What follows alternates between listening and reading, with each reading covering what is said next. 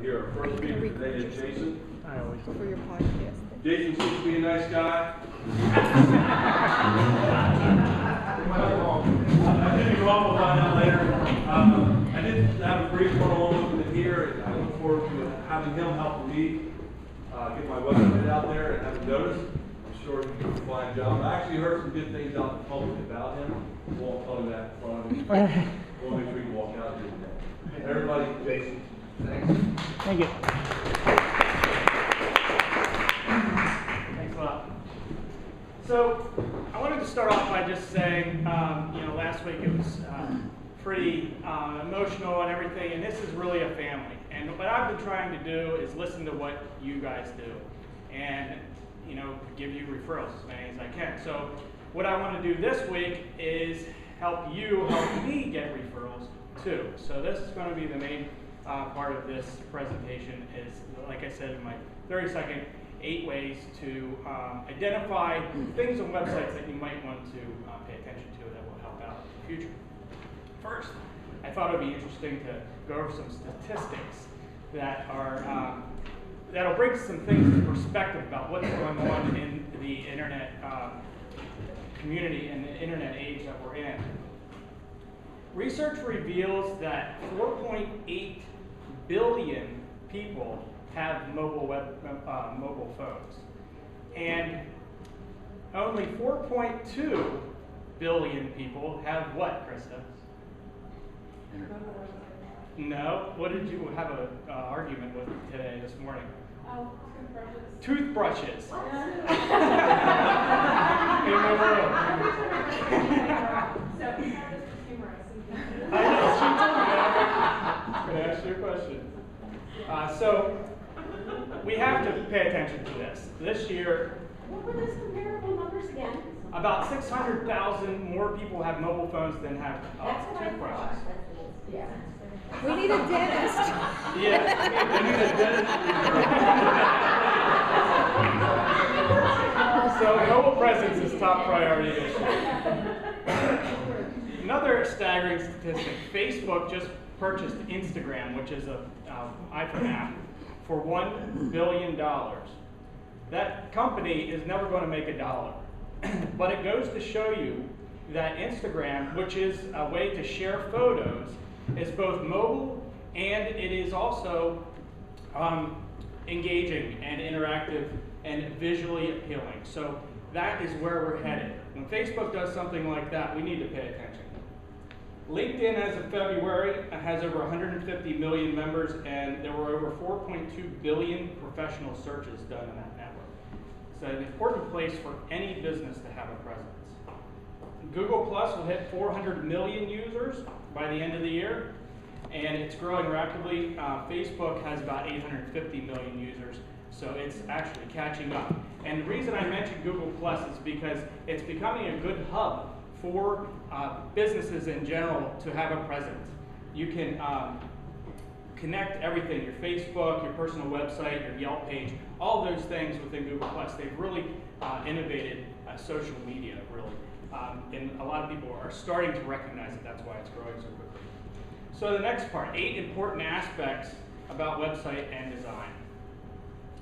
Ask yourself when you're looking at a website for me, and this is a company that you know, anyone that you are around, you know they have a website. Take a look at it and think about these things. The first thing is ask yourself what the message is when you go to the website. Does it convey what they're trying to say? Is there a video on there that can convey that quickly? Number 2, what's the target audience, and does it talk to that target audience? You really have to understand who your customer is, and does that design talk to them? Are the shapes, the colors, the things about that website going to talk to the customer? For example, a lodging website for an inn, for example. That should have a big picture and a beautiful setting in it, and welcoming as soon as you get there. Does it do that? Those are the types of things you want to look for. Is it easy to understand? The days of websites that have, lots of information, library websites, we refer to them as, those days are over. You have to keep your navigation simple. People get to the website and they want to find what they want to find, and they want to find it quickly. They want to get there and they don't have a lot of time. Everybody's busy. Everybody in this room can probably relate to that. You get there, you want to be able to get to what you want right away. No one wants to spend hours trying to find what they want. They'll just leave. They'll spend a few seconds. If they can't find it, they'll go to the next one. Is there a call to action? Very important, something we're constantly working with our clients when we build websites for them. We want to have a banner there. We want to have a call to action so that they move through the website and contact you somehow, via email, via phone, however the best way is. So that is so important to have a way for for you to convert visitors into actual leads or customers ultimately. Is it a marketing tool? Your website needs to be thought of as a marketing tool, and it's probably your #1 marketing tool today in age. Websites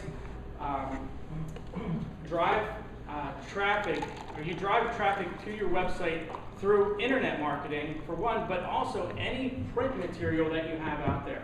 Your business cards, your vehicle wraps, they should all have your website address on them so that people can go there and see what you do. It's so easy, like I said, with mobile phones, you can type in website address immediately and see what that business does as they're driving by.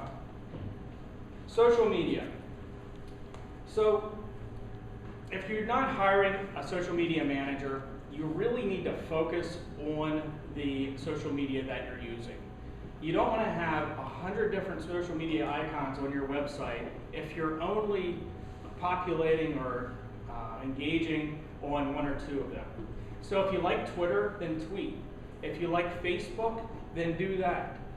LinkedIn, do that. And everybody's busy, and it's just a recommendation. If you have a social media account, make sure you're active on it. Having an account and having it inactive is actually counterproductive.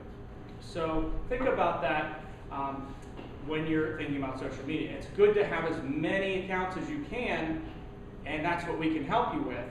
But if you don't want to spend that money or whatever, just focus on 1 or 2 that you can actually keep up with. Search engine optimization is more important than ever. Search engine optimization has been changing rapidly over the last few months. Basically what we're finding is Google, which is the #1 search engine out there, as you probably know, is constantly changing their algorithm to make their search their search results more relevant and make the user experience better. So the days of spammy websites and the days of black hat search optimization are pretty much over, and they're really trying hard to eliminate that. Some things that they're doing, it makes absolutely no sense, and it's actually a catastrophe. It's funny that one of the companies, the biggest company in the world perhaps, with the most resources, can still mess up all the time, and they just did with this last update, but they're trying to fix it. So it's more important now to hire a professional SEO company to make sure that your website is optimized and you're doing the right things and you're not going to get banned or penalized. So many websites have actually just fallen off the face of the earth in terms of Google when they did their last update because they were optimizing the wrong way. And it's actually hurting a lot of websites out there. What we're looking at is blogging and content creation. That's really important. And getting links from other niche sites, some quality links coming into your websites. Those are the two of the big things that we're looking to do, although we have about 27 different techniques that we use. Lastly, make sure your website is mobile friendly. You don't have to create an additional website, although you may want to, but just make sure your website looks good on a mobile browser.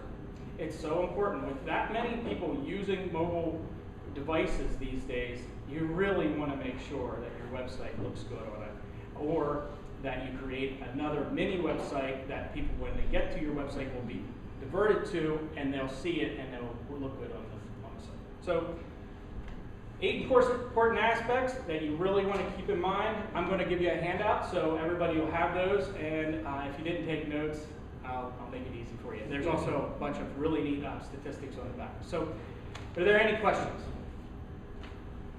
I know one of the things a small business might struggle to manage is if there's any bad comments online, Yeah. made about them, you know, because one bad experience can turn Sure. into thousands and thousands of hits, you know, referring to that small business. How is your company manage that for a small business? Reputation management is huge now for that very same reason. I didn't have enough time to get into it today, but there are a number of different techniques that you can use to mitigate those types of bad comments out there. And the number one is really soliciting good comments from the people that are happy.